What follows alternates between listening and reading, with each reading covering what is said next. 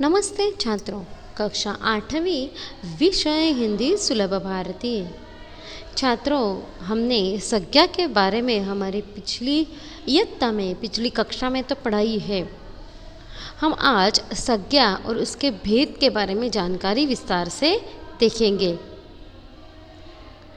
संज्ञा के कुल मिला के 3 जातियाँ यानी कुल मिला के 5 जातियाँ हमें दी गई है, जिसमें व्यक्तिवाचक, जातिवाचक, भाववाचक, द्रव्यवाचक तथा समूहवाचक संज्ञा। इस प्रकार से इनके कुल मिला के 5 भेद है।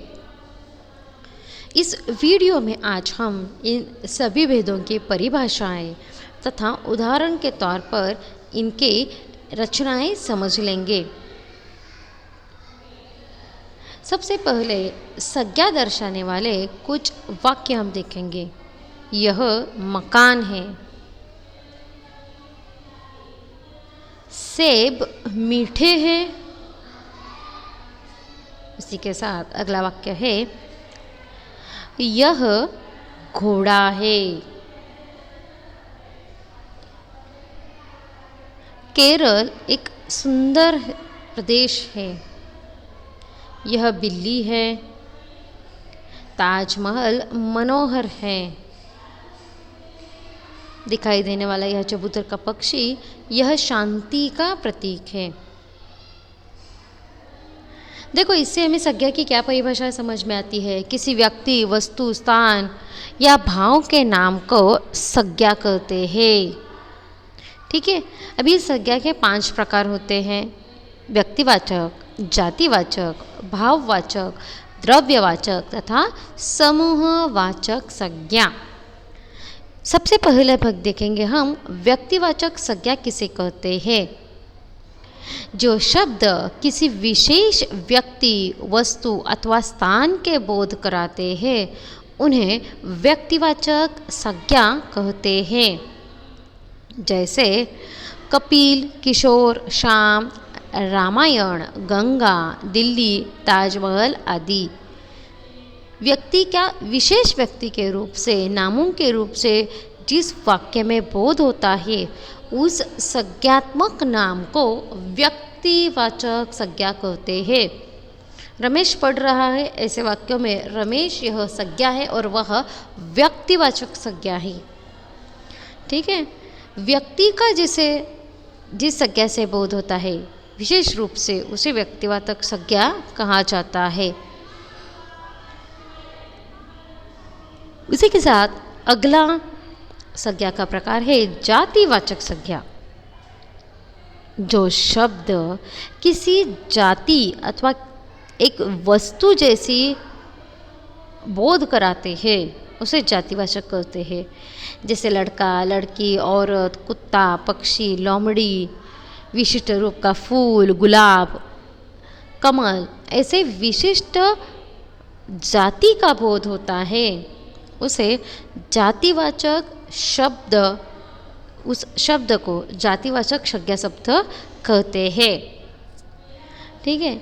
जातिवाचक संज्ञा में बच्चों विशिष्ट, यानी अगर हम गुलाब कहते हैं तो वह फूल इस जाति का बोध कराता है कि नहीं। इसी प्रकार से हमें वाक्य में आए हुए ऐसे संज्ञा शब्द को जातिवाचक संज्ञा पहचाननी है। जातिवाचक संज्ञा के बाद हमारा अगला प्रकार है, संज्ञा का तीसरा भेद है भाववाचक संज्ञा। अब देखो, इसकी परिभाषा क्या है। जो शब्द किसी भाव, गुण, अवस्था का बोध कराते हैं, उन्हें भाववाचक संज्ञा कहते हैं। जैसे कि प्रेम, शत्रुता, दया, करुणा, यह सब भाव है व्यक्ति के। उसी के साथ गुण, जिसमें बुढ़ापा, लंबाई, प्रसन्नता, बचपन, ऐसे भाव, गुण तथा अवस्था, व्यक्ति की अवस्था का बोध जहाँ जहाँ संज्ञा के रूप में होता है, उसे भाववाचक संज्ञा कहते हैं। ठीक है। इसी का एक उदाहरण देखो, उसी के साथ आगे हम देखेंगे। द्रव्यवाचक संज्ञा जो शब्द किसी ऐसी धातु अथवा पदार्थ का बोध कराते हैं जैसे कि लोहा, सोना, चांदी, पानी, दूध आदि वस्तुएं या द्रव्य पदार्थ के जानकारी हमें जिस संज्ञा वाक्य से होती है, ऐसे वाक्यों को द्रव्यवाचक संज्ञा कहते हैं।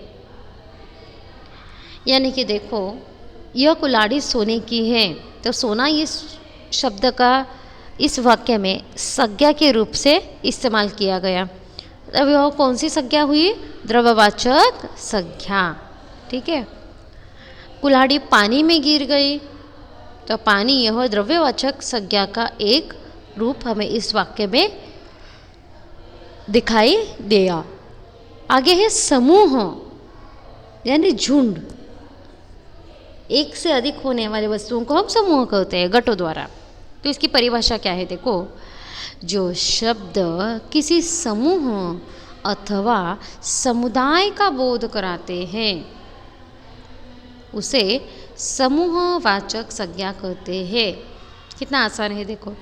जैसे कि हमारे कक्षा में होने वाले सभी छात्र, तो कक्षा इस वाक्य में आने वाले शब्द से हमें उसके पूरी जाति का, उसके पूरे समूह का बोध होता है।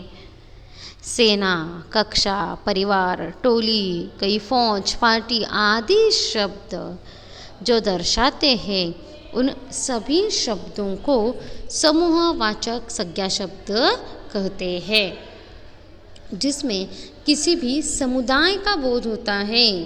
घटों में होने वाले समुदाय का, एक समूह का बोध होता है। ठीक है। देखो, आज हमने संज्ञा तथा उसके 5 भेद देखे। मूल्यांकन में मैं यहाँ आपको चित्र दिखाई दे रहा होगा। सबसे पहला चित्र है ताजमहल, उसके बाद हमारे परम पूज्य महात्मा गांधी जी, उसके बाद कुछ दोस्तों का समूह, दोस्त दिखाई दे रहे हैं। कक्षा में छात्र है तथा जवानों, बहुत सारे जवान इकट्ठा दिखाई दे रहे हैं। कहीं तोता या फिर और पक्षी दिखाई दे रहे हैं और पानी है। ऐसे इन सभी चित्रों को देखकर, पहचान कर संज्ञा का कौन सा प्रकार, कौन सा भेद है, यह आपको लिखना है। वर्ग कार्य की कापी में संज्ञा तथा उनके भेदों की परिभाषा और यह सब प्रश्न लिखने हैं। चित्र निकालने की ज़रूरत नहीं है। आप उचित क्रमांक लिखकर चित्रों के नाम लिखना है और उसके आगे उस चित्र संज्ञा का भेद, संज्ञा का प्रकार आपको लिखना है। उचित हस्ताक्षर और दिनांक लिखकर आपको यह दिया हुआ स्वाध्याय पूर्ण करना है। संज्ञा, उसके 5 भेद, उनकी परिभाषाएं, उदाहरण और दिए हुए चित्रों के संज्ञा प्रकार, इस प्रकार का स्वाध्याय पूरा करना है। आज हम यहीं रुकेंगे। धन्यवाद।